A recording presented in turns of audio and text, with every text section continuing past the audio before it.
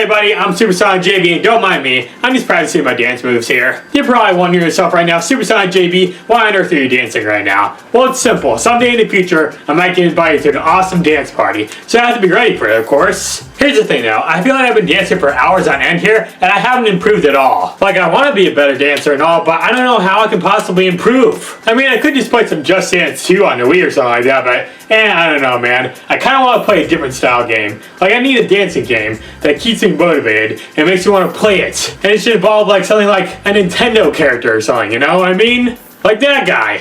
I want to dance, but how can I do it without moving around so much? Ah, perfect. Dancing games have been around for as long as I can remember. Back in the Wii days. My memory sucks. Dancing games are types of rhythm-based games where you usually have to press an arrow key or a button at the right time in a song to get some points and get a high score. They became especially popular when Just Dance became a thing, but before that though, dancing games are mainly seen in arcades, with the biggest game being Dance Dance Revolution. This game set all the standards for what a true dancing game should be like. It was fun and chaotic, but what can make it even more fun? It's a Mario. I mean, I was hoping for Sonic, but yeah, he'll do. That's right, in 2005, Nintendo wanted some of that DDR money, so they worked with Konami to make Dance Dance Revolution Mario Mix. A Mario dancing game? Sign me up! This was released on the GameCube, and it even had a specially made dancing pad that you could receive with the game itself. Now back then, this is a pretty cool feature. I mean, controlling Mario with my feet is something I've always dreamed about. Control Mario with my feet. Now, I had this game years ago when I was a kid, and what did I think of it? I hated it. I mean, first off, I never actually owned a DDR Mario Mix dance pad, so that didn't exactly help. But I also found this type of gameplay kind of boring, so I ended up selling the game. Probably to GameStop for like a nickel or something. But now, years later, I got the game again at a convention, and I wanted to take a look back at the game and see if it really deserved to be sold all those years ago. Probably not for a nickel of all things. Plus, I feel like a lot of people forgot this game actually existed, so without further ado, let's go ahead and take a look at Dance Dance Revolution Mario Mix. The first thing we get to see when we boot up the game is the Konami logo. Dear God, it's horrifying! Then we get to watch the game's opening cutscene. We see these 4 colorful music notes inside a castle. These are called the music keys, and they're the bearers of power of music. Whatever that means. But oh no, a dark shadowy figure, who is definitely not Waluigi, breaks into the castle and is planning on releasing the music from the keys to flood the world with chaos. Then he'll hypnotize everyone with his sick moves and will rise to power. Wait, why did he laugh like Waluigi? That's definitely not Waluigi, man. Looks more like Birdo to me. So yeah, then the 4 music keys get scattered to 4 different sections. Toad witnesses this happening from far away and runs off to get some help. With him on our side, there's still hope for us all! Wow, I can't believe they're getting help from that one Powerpuff Girls villain. And bam, title screen. Let's dance!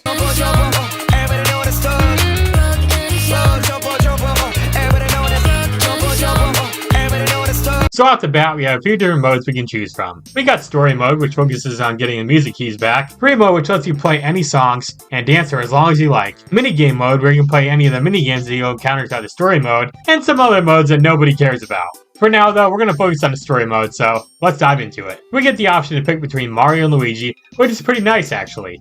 It's nice getting to choose your preferred Mario brother. Let's just stick with Mario for now. We jump into World 1 and Toad comes to Mario's house to ask him for his help getting the music keys back. Also, I love how Mario's house is just basically his head. He took some notes from Tails, I see. So Toad gives us an expedition on what the music keys are and how they were stolen from Truffle Towers. We start walking towards Truffle Towers, but oh no, the river's flooded and there's no bridge to cross.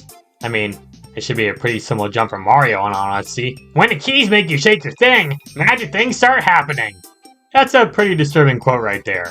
So Toad wants us to dance in order to cross the river, which doesn't make much sense, but now we can start playing the game. Hey wait, where did this boat come from?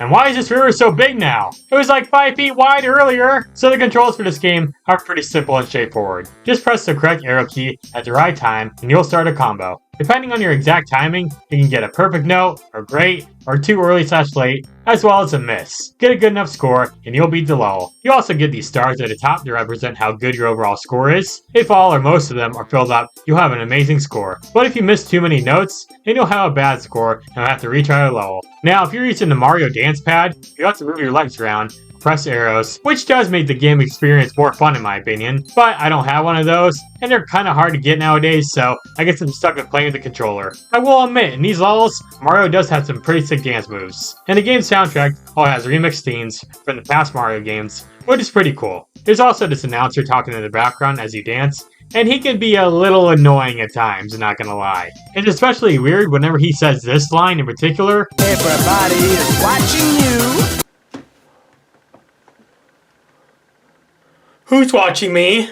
After beating the first level, we continue on, and we find a Goomba in a pipe, and are then thrown into a minigame, where we play whack-a-mole with some Goombas. Now there's several minigames you can come across in this game. Some are good, while some others are really boring and simple. Even still, I do appreciate having these minigames though. They add more variety to the gameplay outside of just dancing. We eventually make our way to Truffle Towers, but then, oh no, Waluigi throws a bomb at us! Tactical nuke incoming! I, Waluigi, claim this music key in the name of, Waluigi!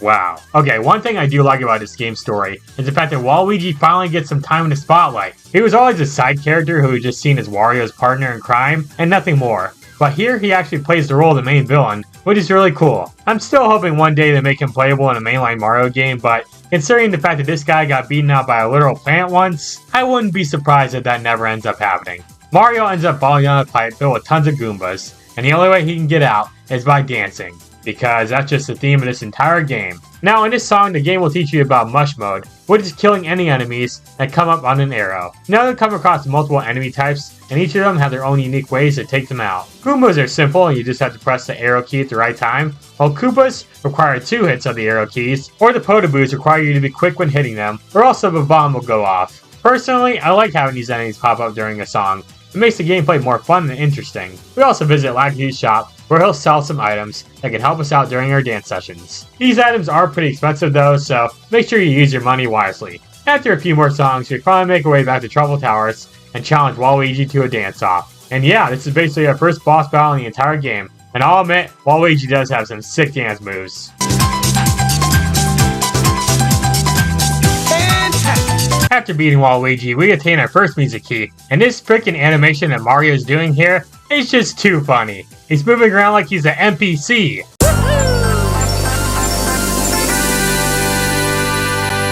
So now we need to get the other 3 music keys back so Mario and Toad board a flying ship called the SS Brass, and they fly out to 4 different worlds to get the other music notes back. Along the way, you'll get into lots of crazy situations, and will dance your heart out until you get all music keys and save the day. You'll get a music key at the end of each world after you beat a boss, and they all play out very similarly to each other, which does kind of suck and feel repetitive, but they're still pretty fun to take on.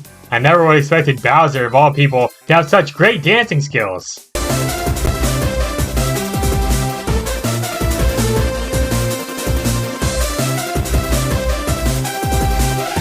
The story mode itself is pretty short, only lasting about an hour and a half. While the story itself isn't anything too special, it is pretty charming and has some funny moments here and there. My biggest issue with this game is how repetitive it can get.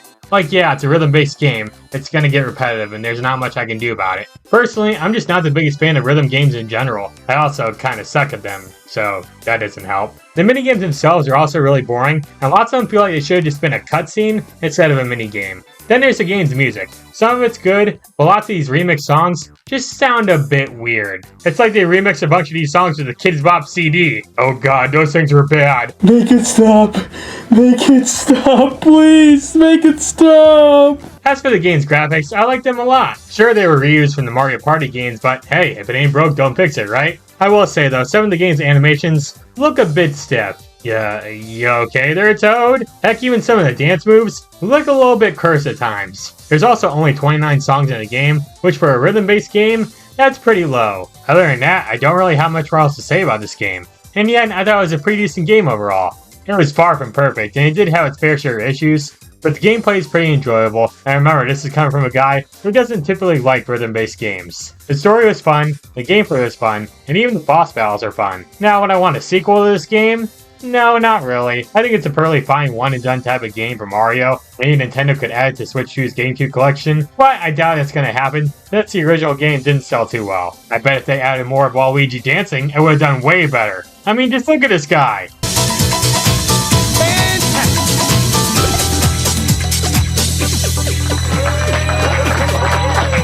So yeah, that was Dance Dance Revolution Mario Mix. Decent game overall, but definitely not the best. After playing through that game, I will admit, my dancing skills haven't really improved at all. If only we had a dancing game with Sonic, maybe he would have taught me something.